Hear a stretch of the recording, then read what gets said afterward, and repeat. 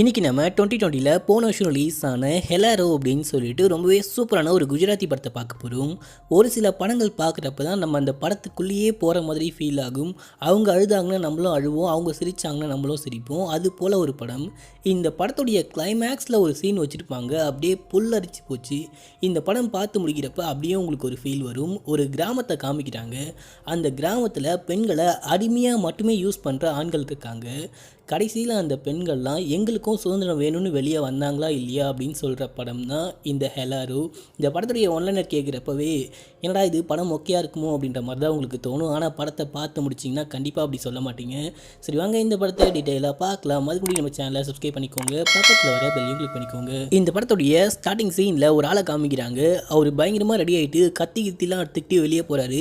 அப்போ அப்பா நானும் வரேன்ப்பா அப்படின்னு சொல்லிட்டு அந்த வீட்டில் இருக்கிற பொண்ணு சொல்கிறப்ப, அம்மா நம்மளாம் கூட போகக்கூடாதுமா உட்காருமா அப்படின்னு சொல்லிட்டு அவங்க அம்மா சொல்கிறாங்க. ஏன் நான் ஏன் வரக்கூடாது அப்படின்னு சொல்லிட்டு கேட்குறப்ப, பொண்ணுங்க எதிர்த்து கேள்வி கூட கேட்கக்கூடாது அப்படின்னு சொல்லிட்டு அவங்க அப்பா வெளியே போகிறாரு. அந்த பையனை மட்டும் கூப்பிட்டுட்டு போகிறாரு.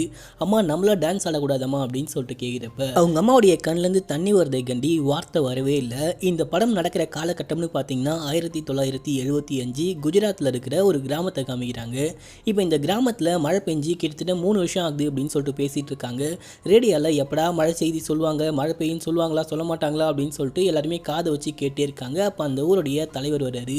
இன்றைக்கி நைட் நம்ம சாமி கும்பிடலாம் அப்படின்னு சொல்லிட்டு போயிட்டு, இவனுங்க பெண் தெய்வத்தை தான் கும்பிட்றானுங்க, ஆனால் பெண்களை அடிமையாக வச்சுட்டு இருக்கானுங்க.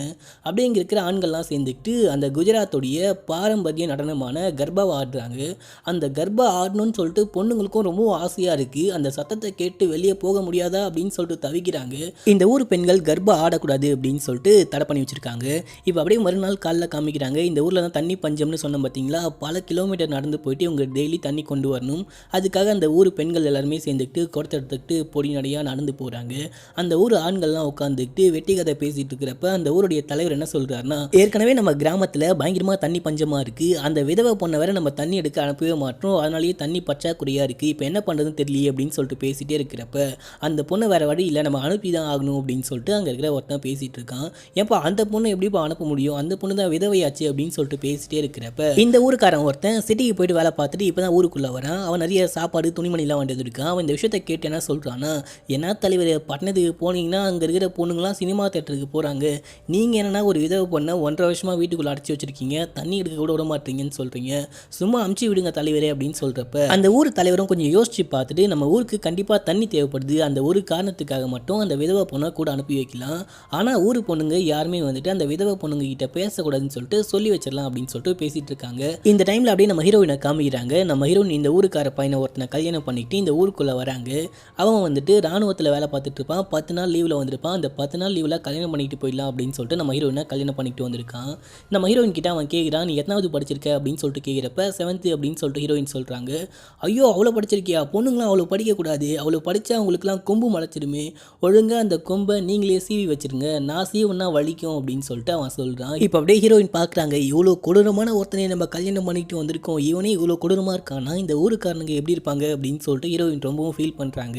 இப்போ அப்படியே எங்கள் சீன் கட் ஆகுது. மறுநாள் காலைல காமிக்கிறாங்க. அந்த ஊர் பொம்பளைங்க எப்பவும் போல் டெய்லி காலைல தண்ணி எடுக்க போவாங்க பார்த்தீங்களா, அப்போ அந்த விதவை பொண்ணு வரா. அந்த பொண்ணு வந்துட்டு ஹாய்மா எப்படிமா இருக்கு அப்படின்னு சொல்லிட்டு எல்லாருமே பேச ட்ரை பண்ணுறாங்க.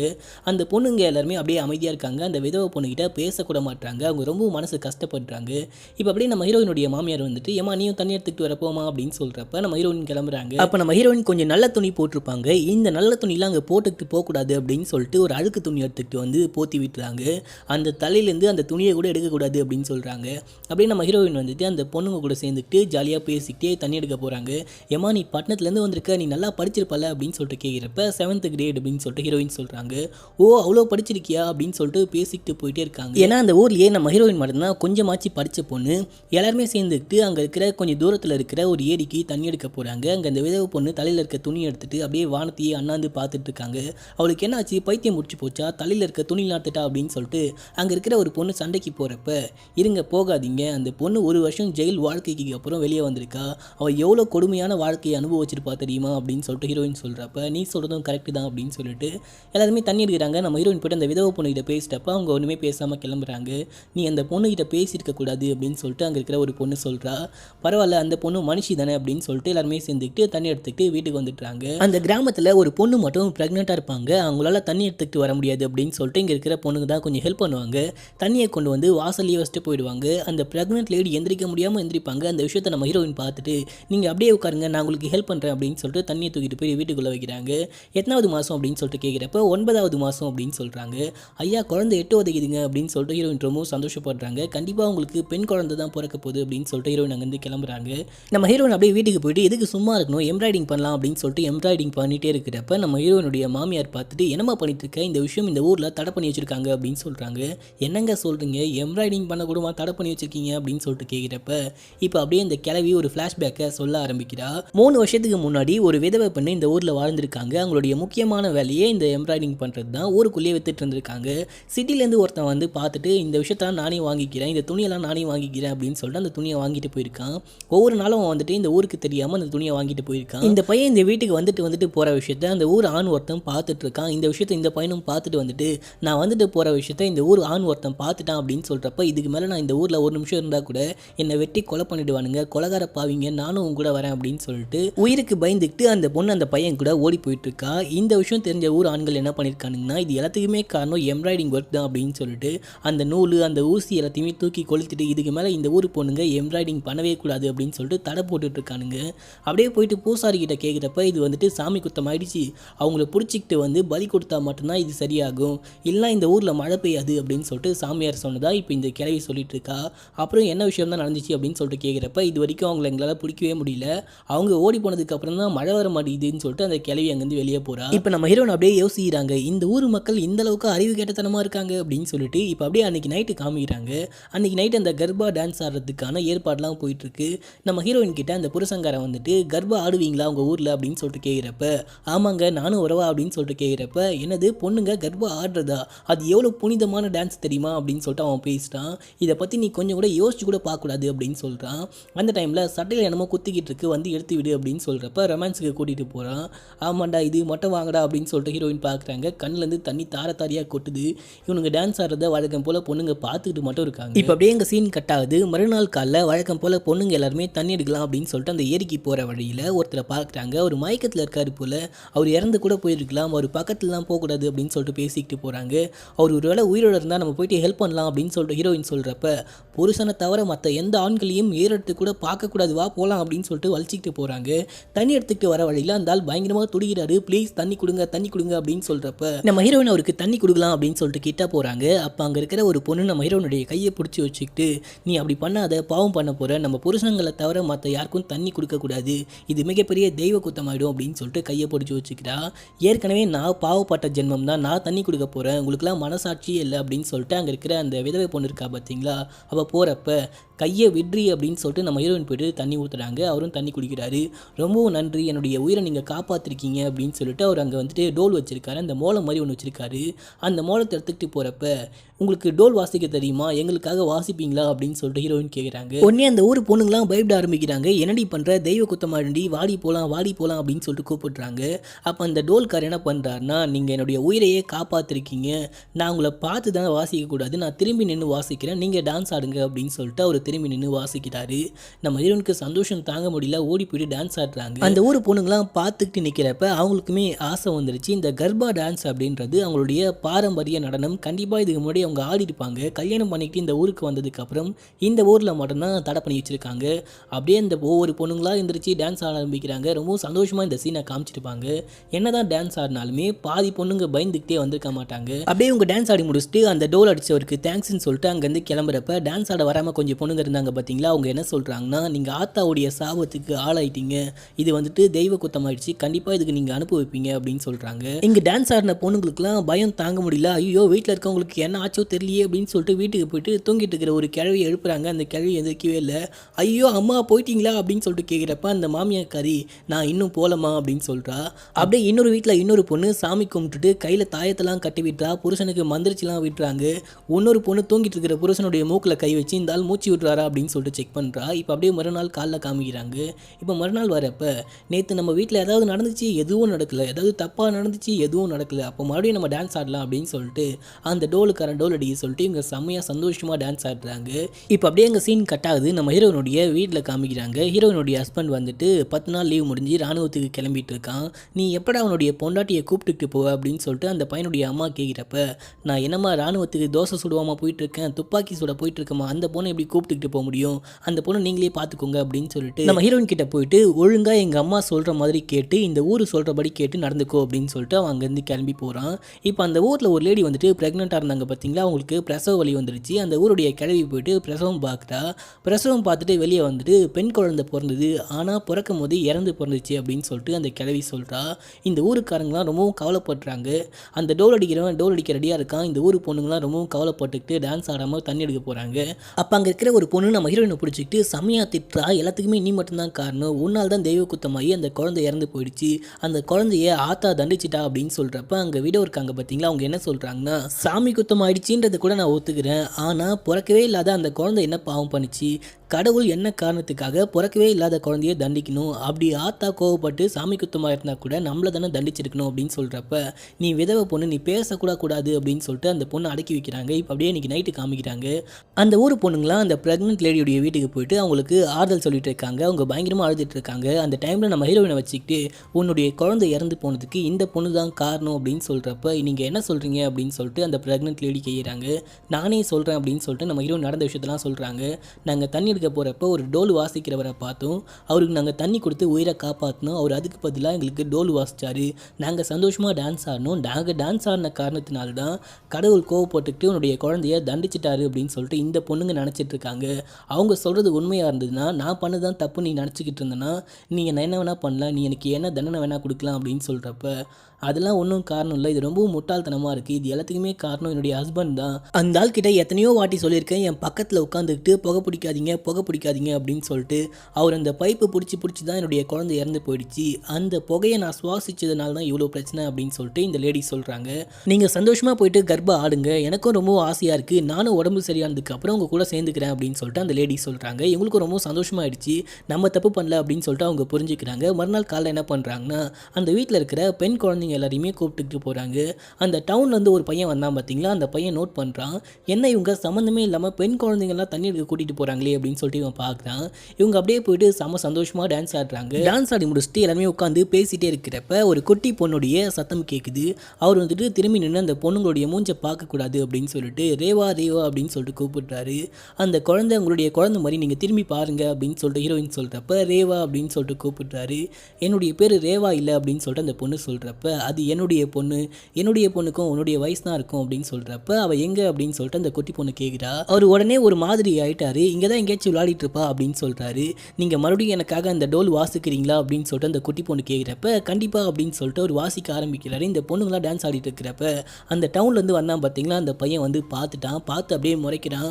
ஐயோ செம்மையாக வாசமாக மாட்டிக்கிட்டோம் அப்படின்னு சொல்லிட்டு இவங்களாம் பதறாங்க. நீங்கள் பயப்படாதீங்க, அவனை பார்த்தா நல்லவ மாதிரி தான் தெரியுறான், அவன் கண்டிப்பாக ஊர் ஆண்கள் கிட்ட சொல்ல மாட்டான் அப்படின்னு சொல்கிறப்ப அந்த டோல் வாசிக்கிறவர் அங்கேருந்து கிளம்புறாரு. நம்ம ஹீரோயின் பார்த்துட்டு எங்கே போகிறீங்க அப்படின்னு சொல்லிட்டு கேட்குறப்ப, உங்களுடைய ஊர் ஆண்களுக்கு தெரிஞ்சிருச்சு, அவள் தான் என்னை கொல்லாமல் விட மாட்டாங்க அப்படின்னு சொல்லிட்டு அவர் சொல்கிறாரு. உடனே நம்ம ஹீரோயின் என்ன சொல்கிறாங்கன்னா, தயவு செஞ்சு இங்கேருந்து போயிடாதீங்க, நீங்கள் டோல் வாசிச்சு நாங்கள் டான்ஸ் ஆடுறப்ப மட்டும்தான் ஏதோ கொஞ்சமாச்சு உயிரோடு இருக்கிற மாதிரி உணர்றோம், இருக்கிற ஒரே ஒரு உயிர் ஒரே ஒரு அடி போக போகுது, அந்த உயிருக்கு பயந்துக்கிட்டு நம்மளுடைய சந்தோஷத்தை இழக்கக்கூடாது, நாங்கள் வீட்டில் இருக்கிற வரைக்கும் ஏதோ செத்த போன மாதிரி தான் வந்துட்டு இருக்கோம், எங்களுடைய வீட்டு ஆண்கள் ஏதோ நாயை நடத்துகிற மாதிரி தான் நடத்துகிறாங்க அப்படின்னு சொல்லிட்டு ஹீரோயின் சொல்கிறாங்க. அப்போ அந்த குட்டி பொண்ணுடைய அம்மா என்ன சொல்கிறாங்கன்னா, என்னுடைய பொண்ணு சந்தோஷப்பட்டு வாழ்க்கையில் நான் பார்த்ததே இல்லை, இங்கே வந்து டான்ஸ் ஆடுறப்ப மட்டும்தான், உங்களை பார்த்ததுக்கு அப்புறம் தான் என்னுடைய பொண்ணு ரொம்ப ரொம்ப சந்தோஷமாக இருக்கா, அந்த சின்ன பொண்ணுடைய சந்தோஷத்துக்காக மட்டுமாச்சு நீங்கள் இங்கே இருங்க அப்படின்னு சொல்லிட்டு தைரியம் வந்துருச்சு இவங்க எல்லாருக்குமே. சரி ஓகே அப்படின்னு சொல்லிட்டு அவரும் இங்கேயே தங்குறேன்னு ஒத்துக்கிறாரு. இவங்க கிளம்பி வீட்டுக்கு போகிறாங்க. நல்ல வேலையாக அந்த டவுன்காரன் எதுவுமே சொல்லலை. மறுநாள் வரப்போ இவருக்கு கொஞ்சம் ரொட்டி அதுக்கப்புறம் துணிலாம் கொண்டு வந்து கொடுக்குறாங்க. இவர் அப்படியே இங்கே கூலரம்லாம் போட்டு தங்க ஆரம்பிக்கிறாரு. இப்போ அப்படியே அன்றைக்கி நைட்டு காமிக்கிறாங்க. இந்த பாலைவன பகுதிகளெலாம் அடிக்கடிக்கே வந்துட்டு மணல் புயல் அப்படின்னு சொல்லிட்டு ஒன்று வரும். இது வந்துச்சுன்னா பயங்கரமாக கஷ்டப்படுவாங்க. இவங்க இருக்கிற பொண்ணுங்களாம் பயப்படுறாங்க. அவருக்கு என்ன ஆச்சோ தெரியலையே அப்படின்னு சொல்லிட்டு ரொம்பவும் கவலைப்படுறாங்க. மறுநாள் காலைல போயிட்டு பார்க்குறப்ப அவரை காணும். எங்கடா டோல் வாசிக்கிறவரை காணுமே அப்படின்னு சொல்லிட்டு தேடி பார்க்குறாங்க. அவருடைய பேர் என்ன அப்படின்னு சொல்லிட்டு கேட்குறப்ப, நம்ம தான் பேரை கேட்கவே இல்லையே அப்படின்னு சொல்கிறாங்க. ஆனால் அவருடைய பொண்ணு பேர் மட்டும் ரேவான்னு தெரியும் அப்படின்னு சொல்லிட்டு ரேவா ரேவா அப்படின்னு சொல்லிட்டு கூப்பிடுறாங்க. அவர் ரொம்ப தூரத்தில் நடந்து போயிட்டு இருக்காரு. இந்த ரேவான்ற சத்தம் கேட்டோடனே அவர் அப்படியே வேகமாக ஓடி வராரு. நீங்கள் எங்கே போகிறீங்க அப்படின்னு சொல்லிட்டு இங்கே இருக்கிற பொண்ணுங்களாம் கேட்குறப்ப, நான் எப்படி இங்கே தங்க முடியும், நேற்று நைட்டு கூட மணல் புயல் வந்துருச்சு, நான் ரொம்ப கஷ்டப்பட்டேன், தன்னந்தனியாக இங்கே இருந்துட்டு நான் என்ன பண்ண போகிறேன் அப்படின்னு சொல்லிட்டு அவர் கேட்குறாரு. உடனே ஹீரோயின் என்ன சொல்கிறாங்கன்னா, என்கிட்ட ஒரு ஐடியா இருக்குது, நீங்கள் வேணால் எங்களுடைய கிராமத்தில் வந்து தங்கிக்கோங்க, நீங்கள் டோல் வாசிக்கிறேன்னு சொன்னால் கண்டிப்பாக தங்க இடம் கொடுப்பாங்க அப்படின்னு சொல்கிறப்ப இவர் யோசிக்கிறாரு. சரி ஓகே, உங்களுடைய பொண்ணு உங்களுடைய ஒய்ஃப்லாம் எங்கே அப்படின்னு சொல்லிட்டு கேட்குறப்ப, பொண்ணு வைஃபா அப்படின்னு சொல்லிட்டு இவருடைய முகமே மாறுது. அப்படியே இப்போ ஒரு ஃப்ளாஷ்பேக்கை காமிக்கிறாங்க. இவர் சொல்லிட்டு இருக்காரு, இவர் அவருடைய ஊரில் டோல் வாசிக்கிறவராக இருக்காரு. இவர் கொஞ்சம் தாழ்த்தப்பட்ட ஜாதி அப்படின்ற காரணத்தினால இவர் அப்படியே ஒதுக்கி வைக்கிறாங்க. நெருப்பை கொளுத்துறதுக்கு அந்த நெருப்பை கூட கொண்டு போயிட்டு கீழே வச்சிடுறாங்க. கீழே வச்சதுக்கு அப்புறம் இவர் எடுத்துக்கிட்டு போயிட்டு நெருப்பை பற்ற வைக்கிறாரு. இவர் டோல் வாசிக்கிறாரு. அந்த ஊரில் இருக்க மக்கள்லாம் டான்ஸ் ஆடுறாங்க. டான்ஸ் ஆடி முடிச்சுட்டு போகிறப்ப இவருக்கு கொஞ்சம் சன்மானம் கொடுத்துட்டு போகிறாங்க, கொஞ்சம் தானியங்கள்லாம் கொடுத்துட்டு போகிறாங்க. இந்த நெருப்பு அணைஞ்சதுக்கு அப்புறம் தான் நம்ம ஹீரோ இங்கேருந்து போயிட்டு சாப்பிடணும். நம்ம ஹீரோடைய ஃபேமிலியும் இந்த டைமில் நம்ம ஹீரோடைய ஒய்ஃபும் ஹீரோடைய அந்த குட்டி குழந்தையும் வராங்க. வந்துட்டு அப்பா பசிக்குதுப்பா சாப்பிடலாமாப்பா அப்படின்னு சொல்லிட்டு கேட்குறப்ப, இருமா நெருப்பு அணைஞ்சதுக்கு அப்புறம் தான் சாப்பிடணும் அப்படின்னு சொல்கிறாரு. அப்படியே உட்காந்துட்டே இருக்கிறப்ப, நீங்கள் எதுக்காக இந்த டோல் வாசிக்கிறீங்க அப்படின்னு சொல்லிட்டு கேட்குறப்ப, டோல் வாசிச்சாதாம்மா நமக்கு சாப்பிட சாப்பாடு கிடைக்கும் அப்படின்னு சொல்கிறாரு. நான் டோல் வாசித்ததுனால எவ்வளோ பெரிய சன்மானம் கொடுத்துருக்காங்க பார்த்தியா அப்படின்னு சொல்கிறப்ப, நீங்கள் சன்மானம் கொடுத்தா டோல் வாசிப்பீங்களா அப்படின்னு சொல்லிட்டு அந்த குட்டி பொண்ணு கேட்குறா. ஆமாம்மா அப்படின்னு சொல்கிறப்ப, இந்த பொண்ணு ஒரு பொம்மை செஞ்சிருப்பா, ஒரு குட்டியான ஒரு பொம்மை. அந்த பொம்மையை கையில் கொடுத்துட்டு, இந்தாங்கப்பா டோல் வாசிங்கப்பா அப்படின்னு சொல்கிறப்ப, எதுக்குமா அப்படின்னு சொல்லிட்டு அவர் கேட்குறாரு. நானும் அம்மாவும் டான்ஸ் ஆட போகிறோம் அப்படின்னு சொல்கிறா. இல்லைம்மா அப்படி பண்ணக்கூடாதுமா அப்படின்னு சொல்கிறப்ப, ப்ளீஸ்ப்பா நான் தான் உங்களுக்கு சன்மானம் கொடுக்குறேன்லப்பா, ப்ளீஸ்ப்பா எனக்காக வாசிங்கப்பா அப்படின்னு சொல்லிட்டு அந்த பொண்ணு க்யூட்டாக கேட்குறா. சரிம்மா அப்படின்னு சொல்லிட்டு இவரும் அப்படியே அந்த டோலை வாசிக்க ஆரம்பிக்கிறாரு. ஒய்ஃபும் குழந்தையும் ஆடுறாங்க. செம்ம க்யூட்டாக ஆடுற அந்த குட்டி பாப்பா. இந்த டைமில் அந்த ஊருக்கார ஆண் ஒருத்தன் பார்த்துட்டு ஓடி போயிட்டு அந்த ஊரையே கூப்பிட்டுக்கிட்டு வந்துட்டான். அந்த டோல் வாசிக்கிற கேசாதிக்காரன் அநியாயமாக நம்மளுடைய நெருப்பை அசிங்கப்படுத்திட்டான். பொண்டாட்டியும் பொண்ணையும் டோல் வாசி ஆட விட்டு வச்சிருக்கான். அவனை சும்மாவே விடக்கூடாது, அவனுக்கு சரியான பாடத்தை கற்பிக்கணும் அப்படின்னு சொல்லிட்டு வந்து பார்க்குறப்ப காணும். அவன் கண்டிப்பாக வீட்டில் தான் இருப்பான் அப்படின்னு சொல்லிட்டு வீட்டுக்கு போகிறாங்க. அவனை வெளியே கூப்பிட்றா அப்படின்னு சொல்கிறப்ப, எதுக்கு வெளியே கூப்பிட்டுக்கிட்டு அவனுடைய வீட்டையே பற்ற வச்சிடலாம் அப்படின்னு சொல்லிட்டு வீட்டையே பற்ற வைக்கிறானுங்க கொலகார பாவிங்க. அப்படியே வீடு பற்றிக்கிட்டு இருக்குது. உள்ளே இருக்கவங்க தூங்கிட்டு இருக்காங்க. அப்படியே நெருப்பு கொஞ்சம் கொஞ்சமாக மேலே விழுறப்ப தான் எந்திரிக்கிறாங்க. எந்திரிச்சிட்டு தப்பிச்சு வெளியே ஓடி வரலான்னு பார்க்குறாங்க. அந்த குழந்தையும் பொண்டாட்டியும் வசமாக மாட்டிக்கிறாங்க. நம்ம ஹீரோ உடம்பு முழுக்க நெருப்பு பற்றிக்கிட்டு எரிஞ்சாலும் ஓடி போயிட்டு அந்த குழந்தையை காப்பாற்றி வெளியே தூக்கிட்டு வராது. பார்த்தா அந்த குழந்தை இறந்து போயிட்டா, ஒய்ஃபும் இறந்து போயிட்டாங்க. இவர் கத்துவார் பாருங்க, நமக்கே செம்மையாக வெறி வரும், என்னடா இந்த அளவுக்கு கொடுமைப்படுத்திருக்கீங்களா அப்படின்னு சொல்லிட்டு. இப்போ இந்த சீன் அப்படியே கட் ஆகுது. இந்த விஷயம் தான் நடந்துச்சு அப்படின்னு சொல்லிட்டு காமிக்கிறாங்க. இப்போ அப்படியே ரியல் டைமில் இவர் அந்த ஊருக்கு வந்துட்டு டோல் வாசி காமிக்கிறாரு. அந்த ஊருடைய தலைவருக்கும் பிடிச்சி போச்சு. இவனுக்கு கொஞ்சம் சன்மானம் கொடுத்து அனுப்புங்க அப்படின்னு சொல்கிறப்ப, எனக்கு சன்மானம்லாம் தேவையில்லை, எனக்கு தங்கத்துக்கு ஒரு வீடு வேணும் அப்படின்னு சொல்லிட்டு கேட்குறப்ப, என்னடா கேட்ட வீடா, நீ எந்த சாதிக்காரன்டா அப்படின்னு சொல்லிட்டு கேட்குறாரு. இவரும் கீழ் சாதிக்காரன் அப்படின்னு சொல்கிறப்ப, கீழ் சாதிக்காரன் உனக்கு இந்த ஊரில் வீடு கேட்குதா அப்படின்னு சொல்கிறப்ப, அந்த சிட்டிலேருந்து வந்த பையன் இருக்கான் பார்த்தீங்களா, அவன் இங்கே வரான். தலைவர் நீங்கள் இருக்க நான் பார்த்துக்கிறேன் அப்படின்னு சொல்லிட்டு, இப்போ நம்ம தலைவர் என்ன சொல்ல வராருன்னா, இன்னொரு நாளில் நம்ம ஊரில் திருவிழா வரப்போகுது, அப்போ கண்டிப்பாக நம்ம டோல் வாசிக்கிறவனை கூப்பிட்டுக்கிட்டு வந்து தான் ஆகணும். அந்த காரணத்தினால இவனை இங்கேயே தங்க வச்சுக்கலான்னு சொல்லிட்டு தலைவர் முடிவு பண்ணிட்டாரு அப்படின்னு சொல்கிறப்ப, அந்த தலைவர் முறைக்கிறாரு, நான் அப்படி சொல்லவே இல்லையே அப்படின்ற மாதிரி. எல்லாருமே கை தட்டுங்க அப்படின்னு சொல்கிறப்ப, அந்த ஆளால் ஒன்றுமே பேச முடியல. வா நான் உனக்கு வீட்டை காட்டுறேன் அப்படின்னு சொல்லிட்டு அந்த சிட்டிலேருந்து வந்த பையனை இவரை கூப்பிட்டுக்கிட்டு போகிறாரு. இப்போ அப்படியே மறுநாள் காலைல காமிக்கிறாங்க. இந்த பொண்ணுங்களாம் தனி எடுத்துக்கிட்டு போக வழக்கம் போல் வராங்க. அப்போ இந்த டோல் வாசிக்கிறவர் இவங்களுக்கு முன்னாடி வந்து நிற்கிறாரு. நைட்டில் அவங்களுக்கு வாசிக்கிறேன், பகலில் உங்களுக்கு வாசிக்கிறேன், உங்களை சந்தோஷப்படுத்துறது தான் எனக்கு ரொம்ப முக்கியம் அப்படின்னு சொல்லிட்டு ஒரு டோல் வாசிக்க ஆரம்பிக்கிறாரு. இந்த பொண்ணுங்களாம் ரொம்ப ரொம்ப சந்தோஷமாக டான்ஸ் ஆடுறாங்க. இவ்வளோ நாள் வந்துட்டு அவரை வந்துட்டு திரும்பி நின்று வாசிக்க சொல்லியிருப்பாங்க. இப்போ இவங்களுக்கே தைரியம் வந்துருச்சு. அவர் நடுவில் நிற்க சொல்லிட்டு அப்படியே சுற்றி சுற்றி டான்ஸ் ஆடுவாங்க பாருங்க. இவங்களுக்கு எந்த அளவுக்கு தைரியம் வர ஆரம்பிச்சிருக்கு அப்படின்னு சொல்லிட்டு இப்போ அப்படியே காமிப்பாங்க. அப்படியே இந்த பெண்களுடைய வாழ்க்கை ரொம்ப ரொம்ப சந்தோஷமாக போயிட்டுருக்கு. அப்படி தான் ஒரு நாள் காலை தண்ணி எடுத்துக்கிட்டு வரலாம் அப்படின்னு சொல்லிட்டு எல்லாருமே கிளம்புறப்ப, எங்கடி லக்ஷ்மியை காணோம் அப்படின்னு சொல்லிட்டு அங்கே இருக்கிற ஒரு பொண்ணு கேட்குறா. அந்த பொண்ணை தேடி ஏதோ சொந்தக்காரன் வந்திருக்காங்கப்பா, நம்ம போகலாம்ப்பா அப்படின்னு சொல்லிட்டு கிளம்பி போகிறாங்க. அப்போ அந்த லக்ஷ்மி இருக்காங்க பார்த்தீங்களா, அவங்களுடைய அண்ணன் வந்திருக்காங்க. அவங்க வெளியே போயிட்டு பார்க்குறப்ப, என்னாச்சுடா காலையே இங்கே வந்துக்கிற அப்படின்னு சொல்லிட்டு அந்த பொண்ணு கேட்குறப்ப, ஒரு பயங்கரமாக அழுகிறாரு. அழுதுகிட்டே சொல்கிறாரு, வயலில் அப்பாவும் தம்பியும் வேலை செஞ்சுட்டு இருக்கிறப்ப மின்னல் தாக்கி இறந்து போயிட்டாங்க, வா உடனே போகலாம் அப்படின்னு சொல்லிட்டு இவர் கூப்பிட்டாரு.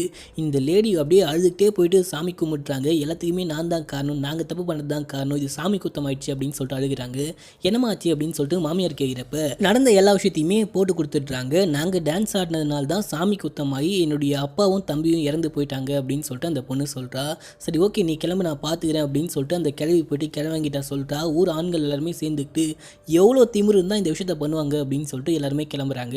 இந்த டைமில் நம்ம ஹீரோயினுடைய ஹஸ்பண்டும் வந்துட்டு இருப்பான். போயிட்டு அங்கே இருக்கிற பொண்ணுங்க எல்லாருமே அப்படியே முடிய பிடிச்சி தரன்னு வலிச்சிக்கிட்டு போகிறாங்க. இந்த டோல் வாசிக்கிறவனை கொண்டு போயிட்டு இவனை வெட்டி சாகடிச்சிட வேண்டியது வேண்டியது தான், இவன் தப்புக்கு தண்டனை மரண தண்டனை அப்படின்னு சொல்லிட்டு கத்தி எடுத்துக்கு போயிட்டு வெட்ட போகிறாங்க. டக்குன்னு அந்த ஊர் தலைவன் என்ன சொல்கிறான்னா, இன்னைக்கு நைட்டோட நம்ம ஊர் திருவிழா முடியுது, இன்னைக்கு நைட்டு இவனை தேவிக்கு பலி கொடுத்துட வேண்டியதான், இவனை கொண்டு போயிட்டு கட்டி போட்டு வைங்க அப்படின்னு சொல்லிடுறான்.